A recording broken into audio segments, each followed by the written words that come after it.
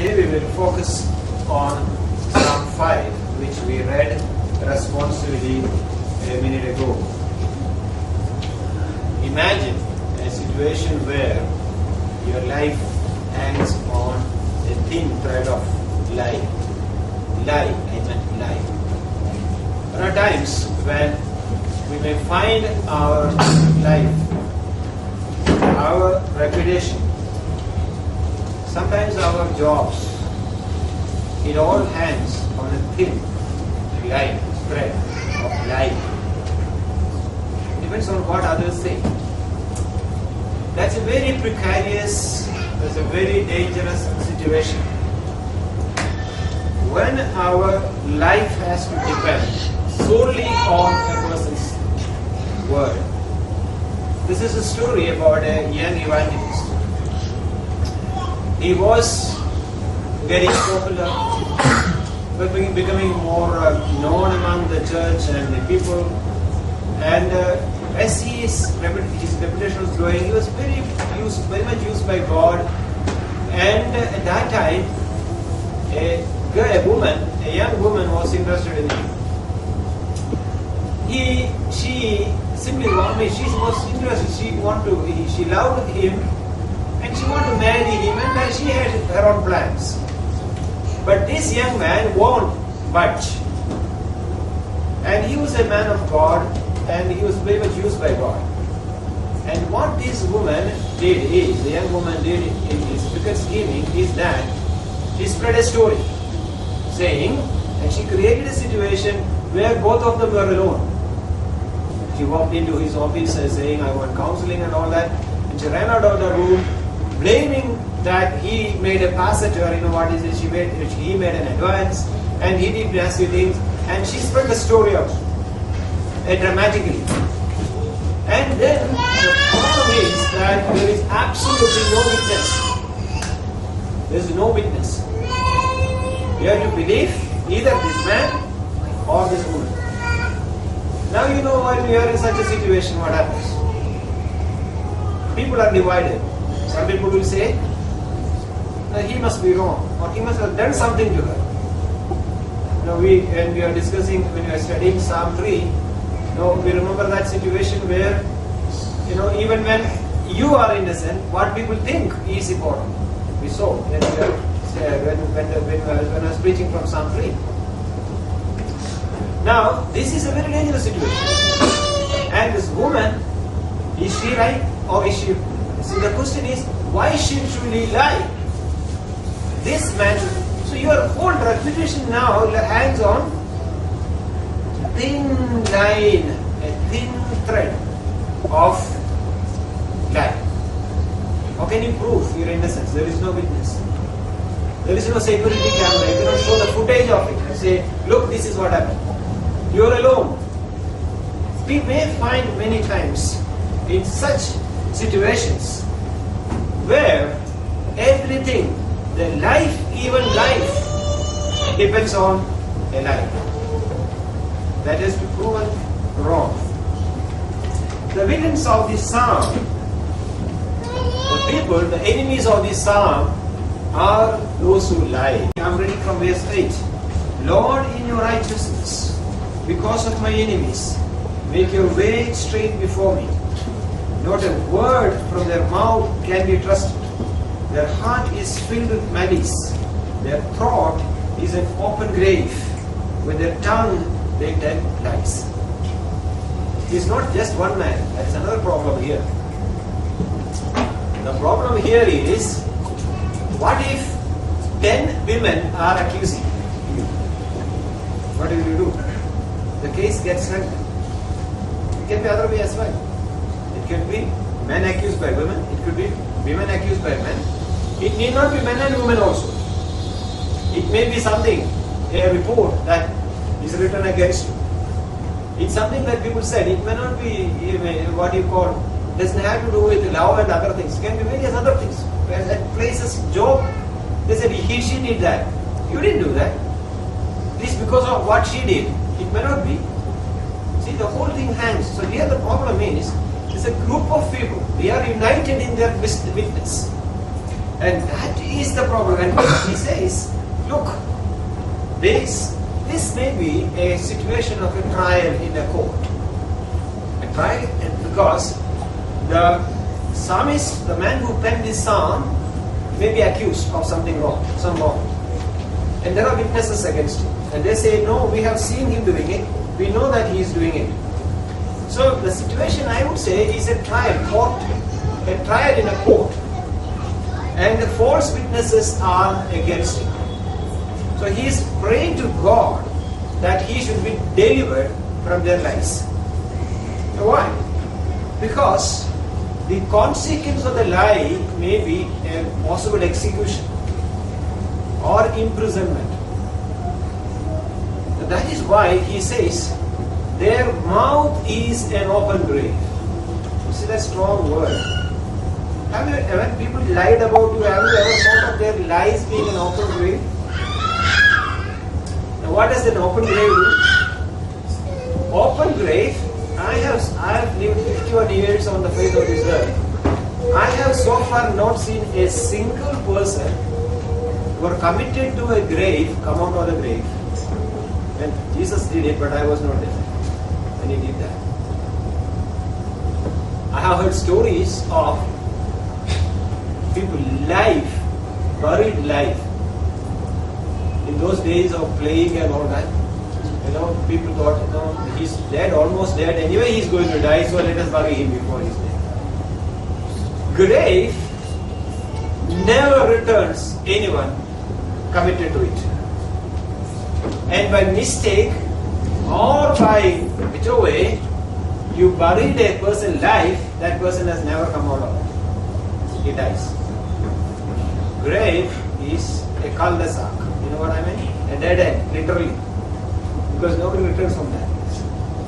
Now, he says, look, God, their mouth is like an open grave. If people believe what comes out of proceeds from their mouth, the falsehood, the lie, the false witness, I may not see life.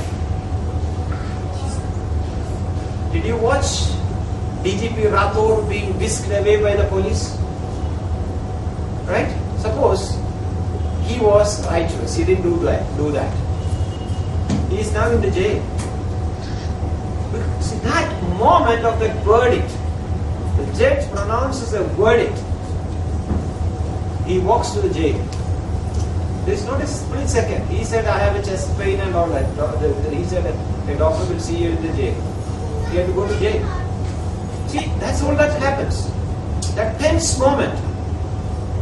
When an innocent person stands in a court and lies, people are allied against him, false witnesses, this can end up in an execution.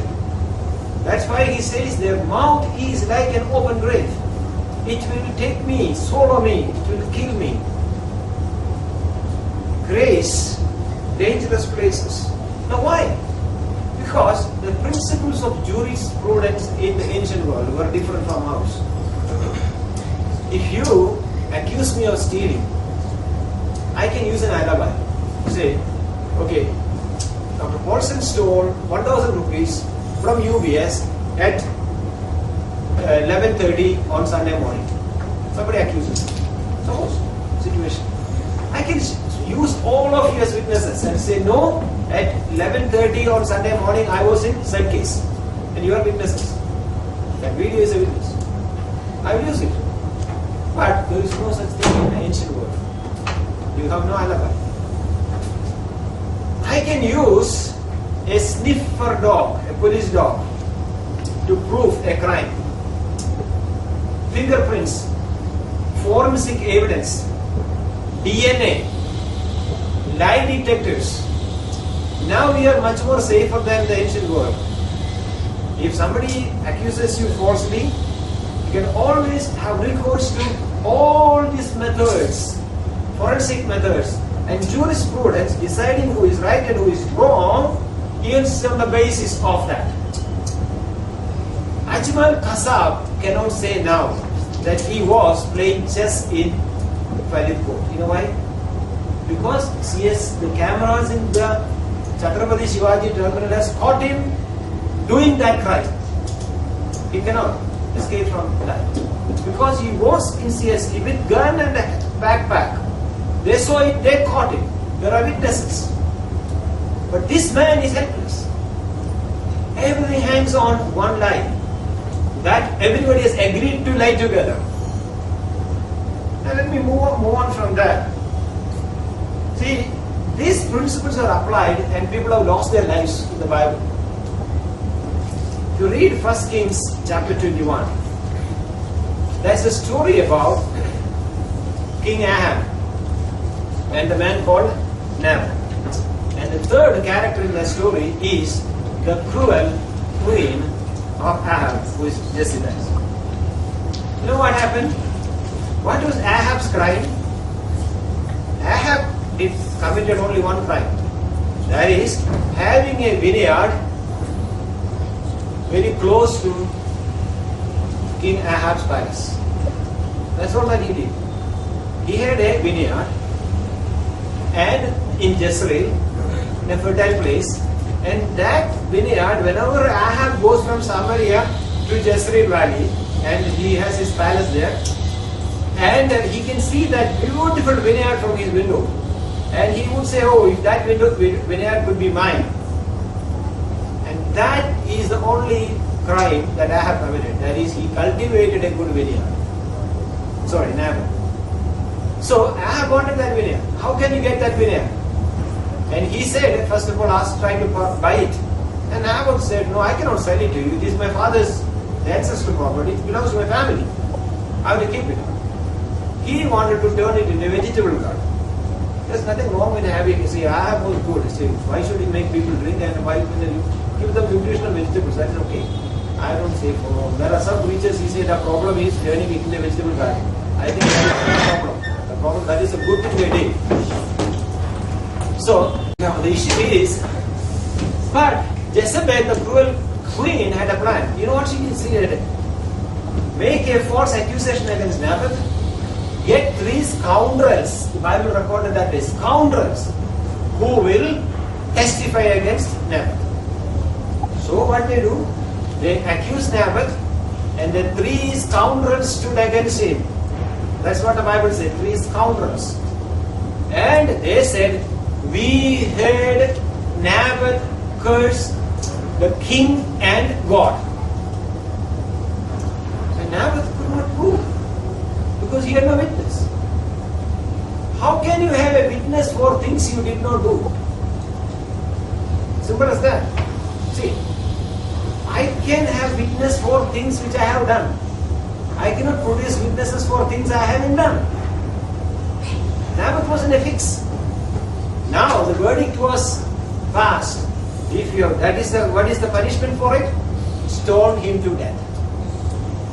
Poor Naboth, for a crime that he did not do, was stoned to death just because 3 scoundrels agreed to lie.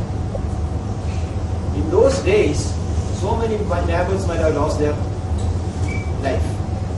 You know why? Because everything depended on the words of people. Because God thought people will speak truth. That is why he said, by 2 or 3 witnesses, everything will be confirmed. So 2 or 3 witnesses. The possibility of people lying was not there. Now, this is something that the psalmist is envisaging. These scoundrels may lie against me. They may accuse me. I may not have a way out of that. God, what will I do in this situation? What will I do? Even the judge may be corrupt. The judge also may be bribed. What will I do in this sort of a situation? That is his cry. Have you been through such situations many times? I have been through many situations. I was telling my family the other day, see, you just need to read Psalms to understand this world. Things haven't improved a lot. There are people who can lie through their teeth and call themselves children of God. You know what I mean? I was sharing fighting with somebody. I said, why do this? We are two friends, myself and somebody else, a friend of mine was talking about a third friend. I said, he had the habit of saying harmless lies. Because his lies has never affected me. But he lies. That's why I'm calling harmless lies. And I told this guy, why this man is telling all sort of lies like this? So he said, maybe he don't realize that he is lying. See, for many people, the thin line that separates lies and truth, is not there. It's blending very smoothly. It's a slider. See, they can only think of, when they say something, you can only think of the percentage of lie in it and percentage of, it's like buying cough syrup. You see, every cough syrup says just 2% alcohol, some has 4% alcohol, some has 6% alcohol, all cough syrups are alcohol. The only difference is percentage. Similarly, many people, their words have 2% truth, 4% truth, 6% truth. And if they have about 10% truth in everything, say they are godly people. But we never think of the harm that 90% lies can the havoc that can create.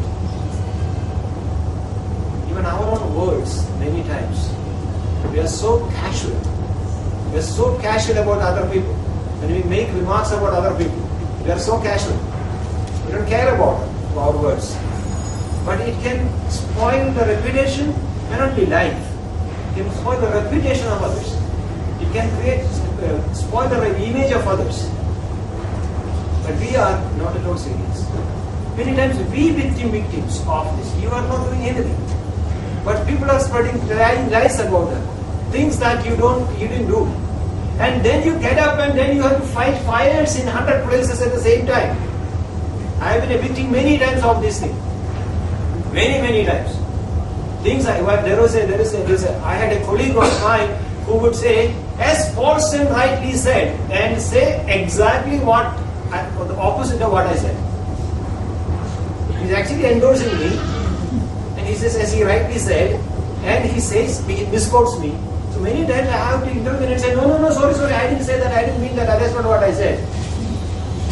I said, how can you save me from this man? He says, as Paulson rightly said, and misquotes me, right in front of me. But praise God, it is right in front of me, so I get an opportunity to speak. See, you became a victim. And if he said that in my absence, what will I do? People all who heard it will go on with that story. And we spend a lot of our time on these sort of people. We waste a lot of time on these people. See, these people have no problem. I say these sort of people are like the mosquitoes. You know what are mosquitoes doing? Have you ever seen a mosquito die of malaria? No. Mosquitoes never die of malaria. They spread malaria, but they are immune to malaria. These guys are people who spread lies, but are immune to lies. Lies don't affect them, because they have no moral consciousness. If you tell a lie, if I tell a lie, tomorrow it may break my conscience. Hey, I should not have said that about that man. But there are people who are like mosquitoes. They spread lies, but not affected by their own lies. So when we become victims of that, it may not be a life and death issue. It may be a small issue of a reputation.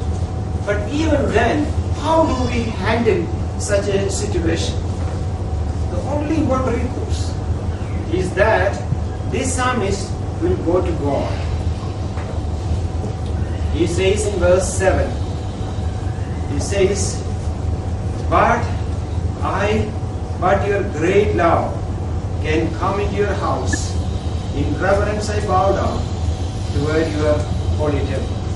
That image was so soothing when I looked at that.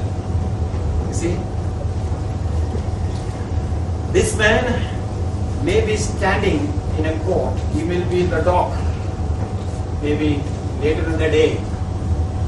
But he goes and he knows that he cannot disprove the accusation against him. There is no way. He cannot bring any forensic evidence. He has no thumbprint. he cannot catch another victim and say, he is the one, not me, sir. I don't know about it. There's no way.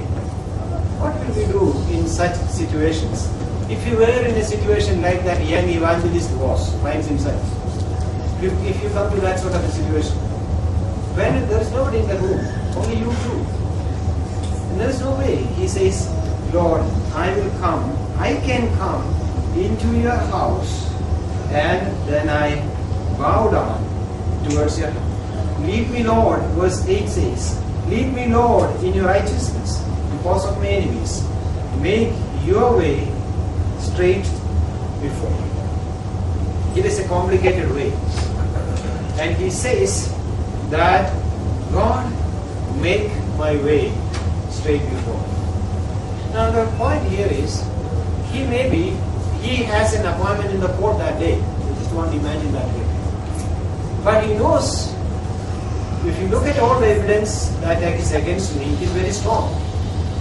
I know the court may rule like this. I know where I will spend my night. It's in the jail.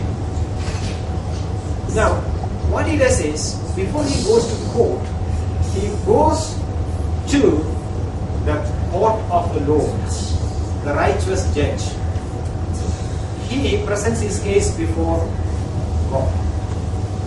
And he says, in the morning, my prayer come before thee. That is an important phrase. In the morning means the first thing I do when I get up is to see God's face, who decides everything justly. Now, I have no trust in these people. Now, I remember one thing. If you are a person of integrity, take it from me, you will have very few friends in this world. Especially if you are in evangelical organization. I found others are much better. The reason is, that sort of things, basically the whole world runs on the principle of survival. Everybody has to survive. See, in that survival, the people may lie about us. People may misrepresent us. But if we look at these people, you will fail. I will fail. But the psalmist has an option. You know what? The option is, take it to God, who is the righteous judge. Now, he make an appeal to God before the court makes a decision. That is the most important thing. When the court makes a decision, you can go appeal to a higher court, then to another higher court, until you reach Supreme Court. And after Supreme Court, you can make a clemency petition to the President of India, if it is an execution of the court. But now, the psalmist's logic is different. The psalmist, before going to the court, he will go to the temple of the Lord, seek his face, bow before God, and submit his case to the righteous judge. And say, God, I am going to court, but why will he do that in things in that order? Why will this psalmist do things in that order? Because he wants God to rule the court, the judge. He wants God to control the minds of the judge. The people may not be able to lie. Now, let me go back to the story of the evangelist. That day, when this big youth meeting was going on, this woman says, I need an appointment with you, I need a counseling, and she said no. She forces herself into that room. She stays on after everyone has left again, and then she runs out of the room, blaming, accusing him that he made something, he did a pass at her and made an advance and all that sort of stories. Now when this news was spread in the youth camp, they have only one thing they do. They close the meeting. They said, now the meeting is cancelled for the rest of the week. This young man was called to trial by the seniors. They said, come, we need to talk about this. There must be some truth why this woman this lady who will shout like this and make a scene like this. There must be some truth. Tell us what happened. And this poor man has nothing to say. But he prayed out. And he goes to the trial in the sense the church elders and the woman and all that were sitting there. And the church elders said, okay, her parents had come, also her parents had believed the story had come, and they had said, okay, the pastor said, now, Miss Dash and Dash, would you like to state your case? So the father said, no, my daughter has nothing to say, whatever she has to say, she has already said. Then the pastor said, now you can make your case. What happened really? He asked the evangelist. The evangelist told her one thing. He had prayed about it. He had sought the face of God. He had fallen flat in the presence of God and said, God, you are the only witness that I have. You are the only judge I have. You do something about it. And with that burden in his heart, his faith in God, he faced that woman, confronted that young woman and asked her, look, Miss Sister, we were alone in that room. I have absolutely no witness to prove my case, except you. I will absolutely know. You came in that room, you stayed on, and you know what happened. Everything depends on your words now.